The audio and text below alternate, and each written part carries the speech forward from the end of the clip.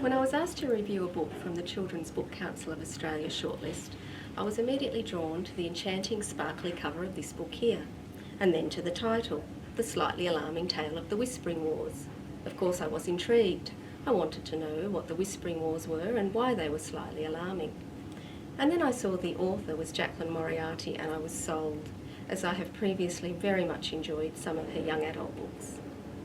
The Slightly Alarming Tale of the Whispering Wars is shortlisted for the CBCA Book of the Year for younger readers, which covers books appropriate for middle to upper primary school, and its publisher, Allen & Unwin, recommends it for 10 to 14-year-olds. It is also on the New South Wales Premier's Reading Challenge Years 5 to 6 book list.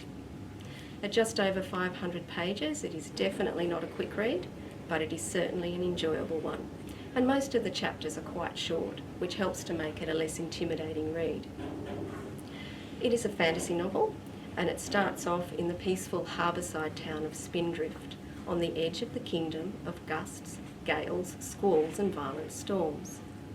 It is primarily a dual narrative, told in alternating chapters by Finlay from the orphanage school and Honeybee from the rather posh Brathwaite boarding school. This is very cleverly done, with the narrators not only telling their version of events, but also reacting to what the other has written and speaking directly to the reader, which helps make you feel part of the story. And the banter and bickering between the two characters is really amusing. I must admit there were a couple of times when I had to double check who was writing, but on the whole, Moriarty's great characterisation makes it obvious. Now, a rivalry between the orphanage school and the Brathwaite school comes to a head at the annual Spindrift tournament, resulting in a series of confrontations between the two schools. But bigger and stranger things are happening in Spindrift. Children are disappearing, and the townsfolk are starting to come down with a mysterious flu.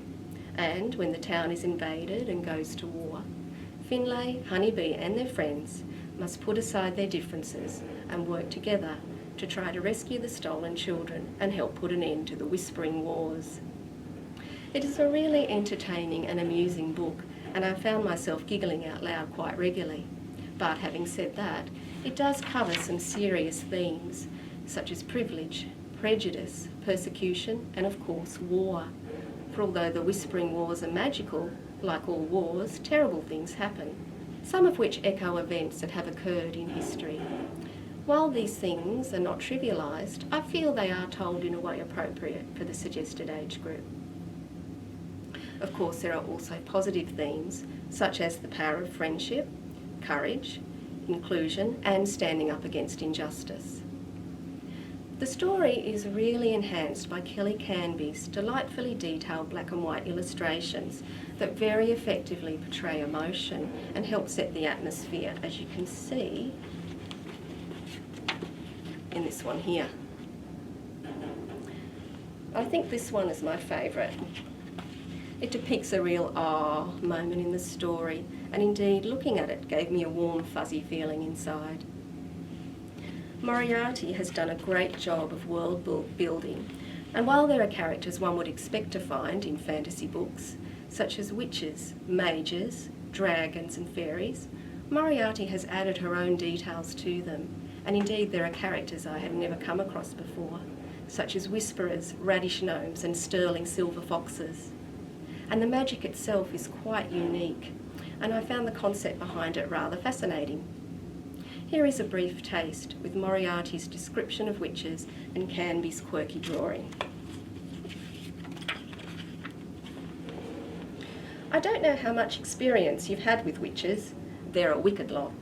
Asthma is common, so they're always hacking and coughing. They don't wear black hats, by the way. That's a rumour that started because they sort of wear their cats like scarves slung around their necks. Black cat sounds a lot like black hat if you say it fast. Try it. They also usually wear pale brown colours, beads around their necks, socks with sandals. They look pretty harmless. And witches are pretty harmless if they're on their own and if you don't catch their eye. But when they're marching in covens doing broomstick crochet, you're in trouble. I highly recommend this whimsical story for readers 10 and up who enjoy fantasy, adventure stories, humorous stories or stories about friendship. I know I would have loved it as a child, and I loved it as an adult. I also feel it could be a good read-aloud book to share between parent and child. Indeed, as I was reading it, I found myself wishing momentarily that my adult children were young again so I could read it to them. Shoalhaven Libraries has The Slightly Alarming Tale of the Whispering Wars as a book, as an e-book on BorrowBox, and as an e-audiobook on RB Digital.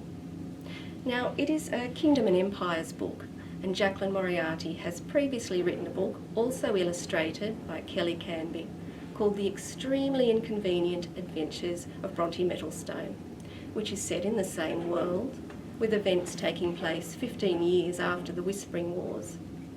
Although there is some relationship between the two books, which I can't reveal without giving away spoilers, The Slightly Alarming Tale of the Whispering Wars can easily be read as a standalone novel, which is what I did. Shoalhaven Libraries have The Extremely Inconvenient Adventures of Bronte Metalstone, available as a book and as an e-book on BorrowBox, and it is on my to-be-read list.